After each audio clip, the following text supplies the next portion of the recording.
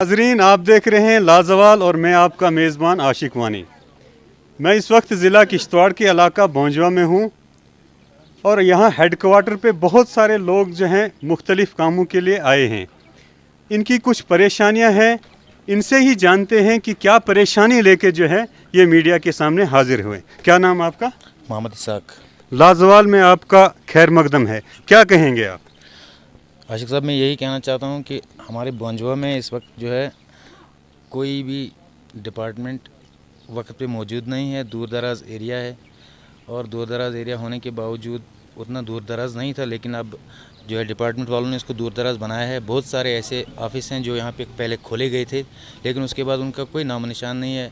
Agriculture का वो एक डिपार्टमेंट है, उसका ऑफिस हमारा यहाँ नज़दीक था, लेकिन कोई उसका पता नहीं है वो कहाँ पर है, वो कहाँ फंक्शन कर रहा है, उसका कौन आगे चला रहा है।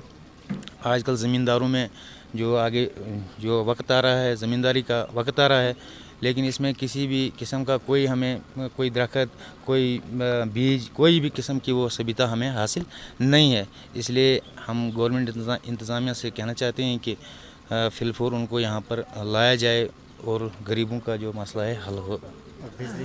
आपका क्या नाम है? तनवीर अहमद। क्या कहेंगे आप? सर, बड़े ही दुख से कहना पड़ता है कि एग्रीकल्चर ऑफिस जो कई सालों से बेनून में फंक्शन कर रहा था, न जाने किस वजह से उसको यहाँ से हटाया गया। या तो मुलाजमिन नहीं आ रहे हैं या तो किसी वजह से उसको हटाया गया है। हम यही रिक्वेस्ट करेंगे कि उनको यहाँ फ़ौरन भेजा जाए।